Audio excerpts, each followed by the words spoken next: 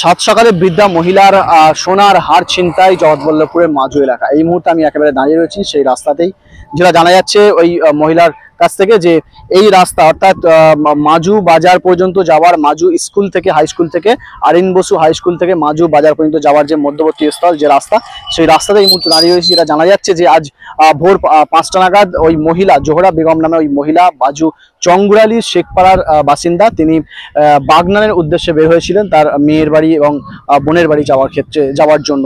এবং আজ সকাল 5টা নাগাদ যখন তিনি এখানে আসেন, তিনি যেটা জানাচ্ছেন যে দুজন যুবক তারা মুখে রুমাল বেঁধে আসে এবং এসে তাকে প্রথমে সাহায্য করার আশ্বাস দেয়, অর্থাৎ তাকে বলে যে তাকে স্টেশনে ছেড়ে দেয়, এমনটাই কিন্তু প্রথমে তারা তাকে বলে। এবং তিনি রাজি না হওয়ায় তার গলা থেকে যে সোনার হার, তিনি যে সোনার হার পরে যাচ্ছিলেন আত্মীয়ের বাড়ি, এবং সেই সোনার হার একেবারে চটকে ছিঁড়ে চম্পট দেয় দুই দুষ্কৃতী।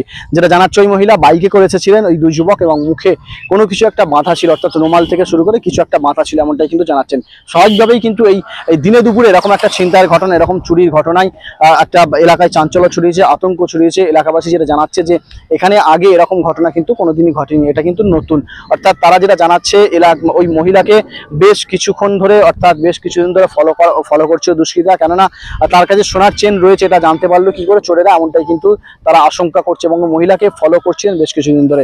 এই ঘটনা ইতিমধ্যেই কিন্তু পুলিশ তদন্ত শুরু করেছে। সকালবেলাতেই পুলিশ এসেছিলেন, যেটা জানাচ্ছে মহিলার পরিবার, যে পুলিশ এসেছিল এবং তদন্ত শুরু করেছে, এবং এলাকার যে সমস্ত সিসিটিভি ফুটেজ সেগুলো কিন্তু পুলিশ খতিয়ে দেখছে।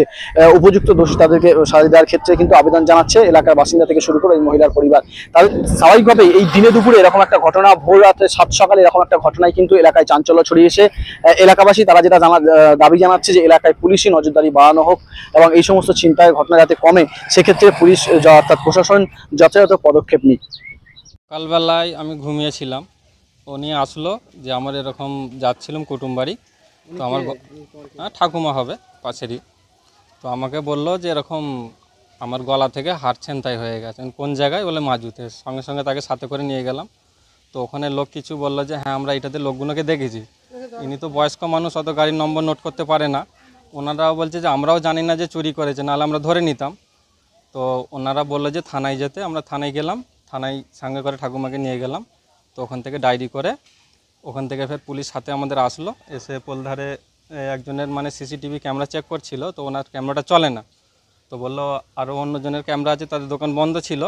তো বলে ঠিক আছে আমরা একটু বেলার দিকে আসবো, 10টা-11টার সময় করে আর একবার দেখে। কটার সময় ঘটেছে? এটা ঠিক 5টা, 5:30। কি হয়েছিল, কিভাবে চুরিটা হলো, কিভাবে? মানে ইনি যাচ্ছিল মেয়ের বাড়ি যাচ্ছিল, তো দুজন ছিল বাইকে করে যারা চুরি করেছে। মাজু ঠিক পৌঁছাবার আগেই মানে জিজ্ঞাসা করেছে চলো তোমাকে বাইকে করে এগিয়ে দিয়ে আসবো, বলছে না তোমাদের কিনিনি, তোমাদের বাইকে বসবো কেন। তো বলতে মানে সে ছেলেগুলো কিছুটা আগিয়ে গেল, আগে যাওয়ার পরে ফের ব্যাকে আসলো, মানে আগে পিছু কিছুক্ষণ করেছে, দেখেছে যে রাস্তায় কেউ নেই, গলাতে হাত মানে চেনটা নিয়ে সিধে ব্যাকে আসছে, মানে যেন দিক দিয়ে ইনি গেছে সেই দিক দিয়েই ব্যাকে এই রাস্তা দিয়ে খাদারঘাটের লাইন দিয়ে চলে গেছে। দিনে দুপুরে এরকম চুরি একটা আতঙ্ক। হ্যাঁ, এটা তো মানে কেউ ভাবতেও পারে না যে আমাদের এই জায়গাতে এরকম হবে। তবে এখানকার লোক নয়, যতটা সম্ভব বাইরেরই লোক হবে। এখানকার লোক হলে অনেক লোক দেখেছে, তারা চিনে ফেলতো। পুলিশ তো ওরা বলছে আমরা ঠিক ফুটেজটা না দেখলে বুঝতে পারছি না, তো আমরা বেলার দিকে আসবো আরেকবার। আরও কিছু দোকানে ক্যামেরা লাগানো আছে, তো ওখান থেকে মানে ক্যামেরা। হ্যাঁ, উনি যাবে বাগনানে যাবে বলে বেরিয়েছিল। মেয়ের বাড়ি। কত টাকার মতো জিনিস? হ্যাঁ, জিনিসটা তো 80,000-এ তৈরি করেছে বলছে, মানে এখন তো সোনার দাম অনেক, অথচ 1 লাখ টাকা যতটা সম্ভব হয়ে যাবে। 5টা 10-15 এরকম আমরা এসে শুনলাম, 7টার সময় বাড়িতে গেলুম, বললো ওই ওখানে পাম্প হাউসের সামনেটায় একটা বয়স্ক মহিলা যাচ্ছিল, মুসলিমদের মহিলা, বাড়ি মাচালের দিকে।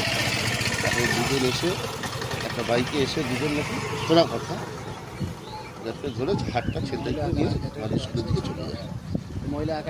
তারপরে তারা থানায় যায়, কমপ্লেন করে, পুলিশ এসেছিল, পুলিশ এসে সিসি ক্যামেরা সব দেখছে। এরপরে আর কিছু বলা যাবে না, আমি বলতে পারবো না, শোনা কথা। সকালবেলা 5টা 15 তখন, কিন্তু তখন তো লোক অর্ধেকটা মর্নিং ওয়াক করে তখন এই রাস্তাটা ফাঁকাই ছিল। আর এখানে দোকানটা অন্যদিন থাকা যে বন্ধ ছিল, ভোরবেলা চায়ের দোকানটা খোলে, বন্ধ ছিল।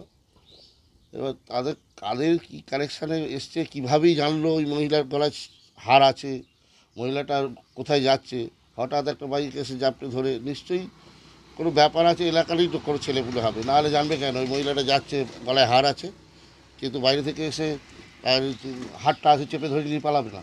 দেখেছে নিশ্চয়ই আগে থেকে, ভোরবেলা থেকে সকাল থেকে দেখেছে হার পড়ে যাচ্ছে, নিশ্চয়ই ছিনতাই করবো। না না না, এর আগে এসব এখানে হয় না, হলেই ফটিকগাছির বাজারের দিকে হয়, এখানে এই প্রথম হলো না। আল তামার রেস্টুরেন্ট এবার নিবড়াই সম্পূর্ণ শীততাপ নিয়ন্ত্রিত অত্যাধুনিক সুসজ্জিত রেস্টুরেন্ট। এখানে থাকছে আরাবিয়ান মান্ডিতে বসে লাঞ্চ এবং ডিনারের সুযোগ। বিভিন্ন ধরনের খাবারের পসরা নিয়ে হাজির আল তামার রেস্টুরেন্ট।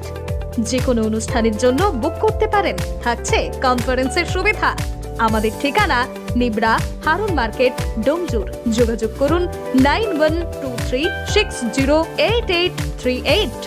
আরাবিয়ান মান্ডির স্বাদ গ্রহণ করতে হলে আপনাকে আসতেই হবে আমাদের রেস্টুরেন্টে। তাহলে আর দেরি কেন? আজই আসুন আল তামার রেস্টুরেন্টে।